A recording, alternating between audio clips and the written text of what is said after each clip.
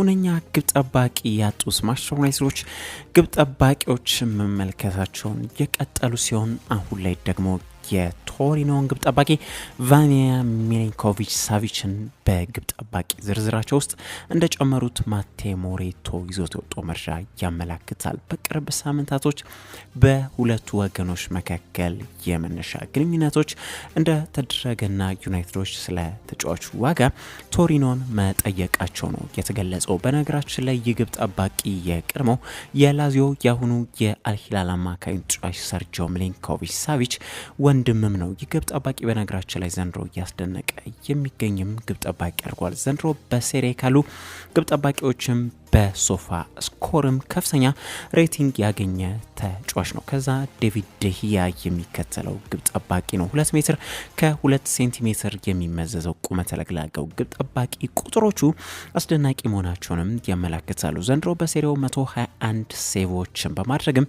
የሚጠጋው ግብ ጠባቂ የለም። ከሁሉም በላይ ነው የሚያደርገው ግብ የሚሆኑ ኳስ የማዳን ሬቲንጉ ደግሞ በሚደንቅ ሁኔታ 9.66 መሆኑንም ቁጥሮች ያመላክታሉ። ይህ ምን አይነት ፒውር የሆነ ጎል ኪፒንግ ዶሚናንስ መሆኑንም ነው የሚያሳየው። ከተመቱበት 5 ፍጹም ቅጣት ምቶችም 4ቱን ያህል በሚገርም ሁኔታ ሊያድንም የቻለ ግብ ጠባቂ ነው። የማይሰበር ግብ ሆኖ እያስደነቀ ነው የሚገኘው። የ28 ዓመቱ ሰርቢያው ግብ ጠባቂ የማንቸስተር ዩናይትዶች የአካዳሚ ፍሬም ነው ለአንድ ዓመት ያህል ብቻ ቢሆንም በዩናይትድ አካዳሚ ግን ከ2014 እስከ 2015 ቆይታ ማድረግ የቻለ ያድርጓል። ግብ ጠባቂው ቀድመን ቁመቱን ስናነሳ ግን እንደ ቁመቱም አይነት አይደለም። በጣም ቀልጠፍ ያለና ንቀት ያለ ግብ ጠባቂ ነው። ምርጥ ሹት ስቶፐር ነው። ዘንድሮ ከ45.5 ኤክሲጂ ያስተናገደው ግን 37 ያህል ግቦችን ብቻም ነው። ረጃጅም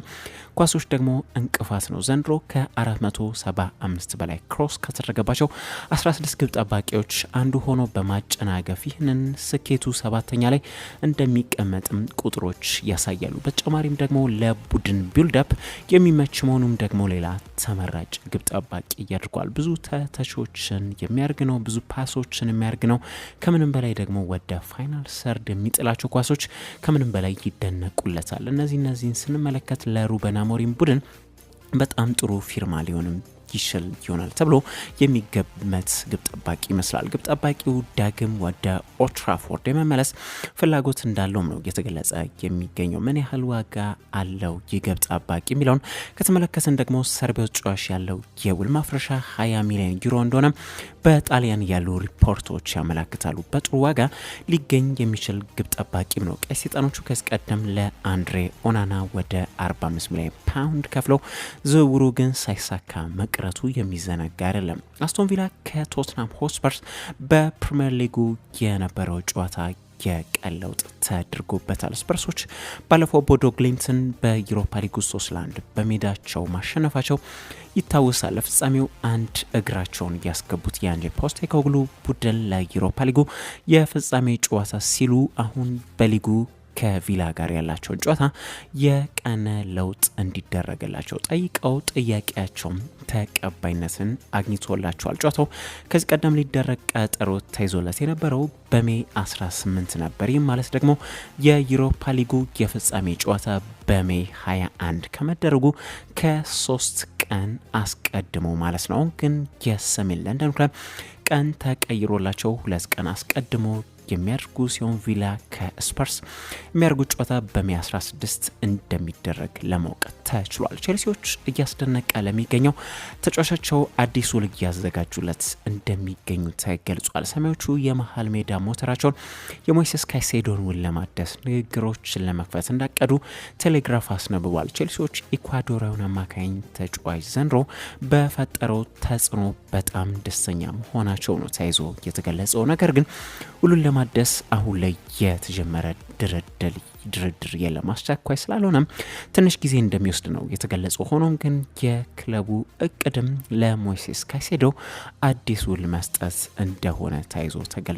ካይሴዶ አሁን ላይ በስታንፎርድ ብሪጅ ያለ ውል ለመጠናቀቅ ገና የ6 ዓመታት ውል የሚቀረው ተጫዋች ነው። ቼልሲዎች ከዚህ ቀደም የኮል ፓልመርና የኒኮላስ ጃክሰን ውል እስከ 2033 ድረስ ማደሳቸው ይታወሳል። ካይሴዶም ያንን መንገድ የሚከተለው ቀጣዩ ተጫዋች ይሆናል ተብሎ ይገመታል። ካይሴዶ ዘንድሮ መቼስ እያሳየ የሚገኘው እንቅስቃሴ ለምን የምዕራብ ለንደኑ ክለብ 115 ሚሊዮን ፓውንድ እንዳወጡበት በግልጽ እያሳየም ነው የሚገኘው። ሊቨርፑል ላይ ካስመዘገቡት ድል በኋላ ደግሞ የቼልሲዎች የመቶ ምርጥ ተጫዋች ተብሎ መመረጡም የሚታወቅ ጉዳይ ነው። ተጫዋቹ ዘንድሮ በተለያዩ ሚናዎች በኤንዞ ማሬስካ ስር እየጫወተ እንደሚገኝ ይታወቃል። ከተከላካይ አማካኝ ቦታ በተጨማሪም በቀኝ መስመር ተመላላሽ ተከላካይ ቦታ ላይ እየተጫወተም ነው የሚገኘው። በሳምንቱ መጨረሻ ሊቨርፑሎችን በረቱበት ጨዋታ በዚሁ በራይት ባክ ላይ መጫወቱም ይታወቃል። በዛ ቦታ ላይ ተሰልፎ ወደ መሀል ኢንቨርት እያደረገ እየገባም ለቡድኑ ባላንስ የሚሰጥ ተጫዋች ነው። በማሬስካ ስር ትልቅ እድገት ካሳዩ ተጫዋቾች መካከልም በቀዳሚነት ከሚነሱ መካከልም አንዱ ተጫዋች ነው። ቡድኑን ዘንድሮ በአምበልነት እየመራ የገባበት አጋጣሚ ይታወሳል። ዘንድሮ በሊጉ ከምርጥ ተከላካይ አማካኞች አንዱ መሆን መቻሉም ደፍሮ መናገር ይቻላል። አሁን ሁሉም ካደሳለ ቼልሲ ደጋፊዎች የምስራች ነው የሚሆነው። ፓሪስ ሰን ዠርማኖች ባሳለፍነው ሳምንት ወደ ኤምሬትስ ስታዲየም አቅንተው አርሰናልን በቻምፒዮንስ ሊጉ ግማሽ ፍጻሜ ጨዋታ 1-0 ከረቷቸው በኋላ ነገ ደግሞ በሜዳቸው ፓርክ ደ ፕሪንሰስ የመልሱን ጨዋታ እንደሚያስተናግዱ ይታወቃል። ይህን ጨዋታ አስመልክቶ ፔዦች የኡስማን ዴምቤሌን ጉዳት አስመልክቶ አሳስቧቸው የነበረ ቢሆንም አሁን ግን ለፓሪሱ ክለብ ደጋፊዎች እፎይታን የሚሰጥ ዜና ስፓኒያርዱ አሰልጣኝ አብስሯል። ሉዊስ ኤንሪኬ በሰጡት አስተያየት ዴምቤሌ ለነገው ጨዋታ ዝግጁ ነው፣ ከኛ ጋር ለተከታታይ 2 ቀናቶች ልምምድ ሰርቷል ሲሉ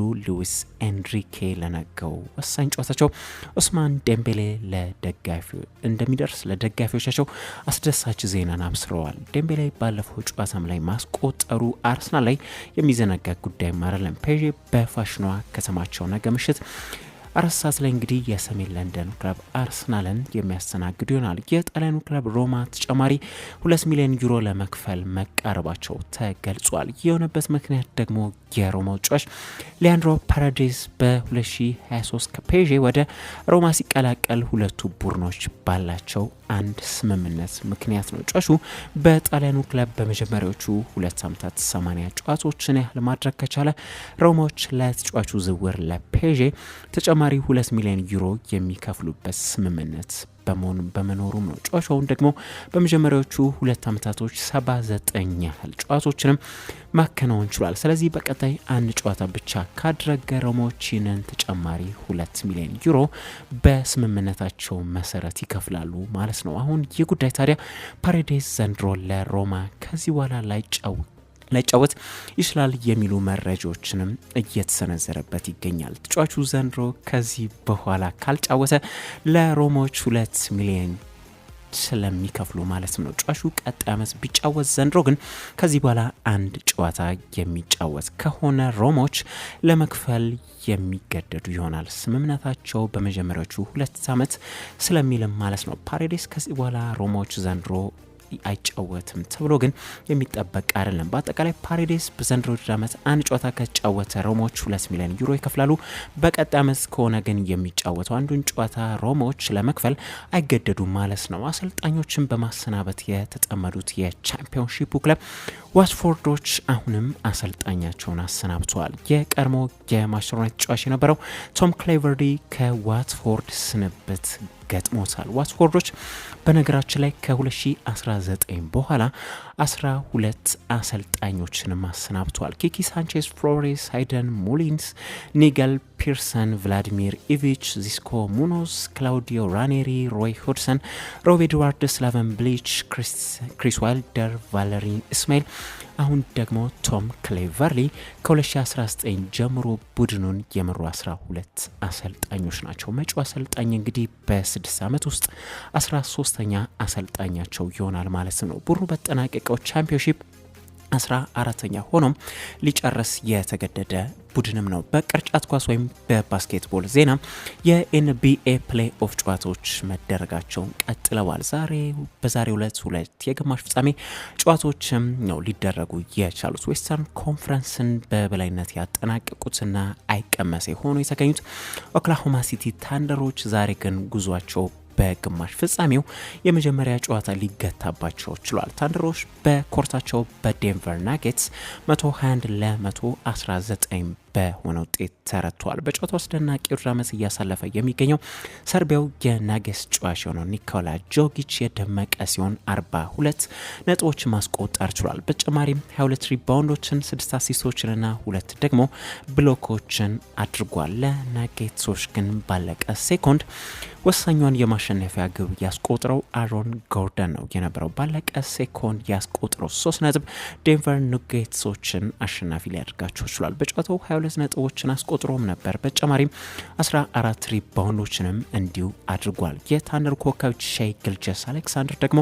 በጨዋታው 33 ነጥቦችን አስቆጥሮ 10 ሪባውንዶችን አድርጎ 8 አሲስቶችን ቢያሳካም ቡድኑን ግን ከሽንፈት ሊታደጋቸው አልቻለም። ሁለቱ ቡድኖች ግን ሁለተኛ ጨዋታቸውን ወደ ሐሙስ ሊናጋ ሌሊት 10 ሰዓት ተኩል ላይ የሚያደርጉ ይሆናል። ዛሬ በተደረገው ሌላኛው አንድ ጨዋታ ደግሞ የአምና ቻምፒዮኖቹ ቦስተን ሴልቲክሶች ደግሞ አስደንጋጭ ሽንፈት በመጀመሪያ ጨዋታቸው የገጠማቸው ሲሆን በኮርታቸው በኒውዮርክ ኒክስ 108 ለ105 በሆነ ውጤት ተረቷል። ሴልቲክሶች በኦቨርታይምም ነው ዛሬ ሊረቱ የቻሉት። ኒክሶች ከመመራት ተነስቶም ነው ዛሬ ግን ካምባክ ሰርተው ሊያሸንፏቸው የቻሉት። በጨዋታው ግን የኒክስ ጨዋች ሆነው ጃለን ብሩንሰንና አኑኖቢ 29 ነጥቦችን ማስቆጠር የቻሉት ጨዋቾች ነበሩ። ብሩንሰን ግን ከ29 ነጥብ በተጨማሪም 4 ሪባውንዶችን 5 አሲስቶችን እንዲሁም 5 ጊዜ ደግሞ 3 ነጥቦችን አስገኝቶም የነበረ ተጫዋች ነበር። ሁለቱ ቡድኖች ሁለተኛ ጨዋታቸውን ወደ ሐሙስ ሊናጋ ሌሊት 8 ሰዓት ላይ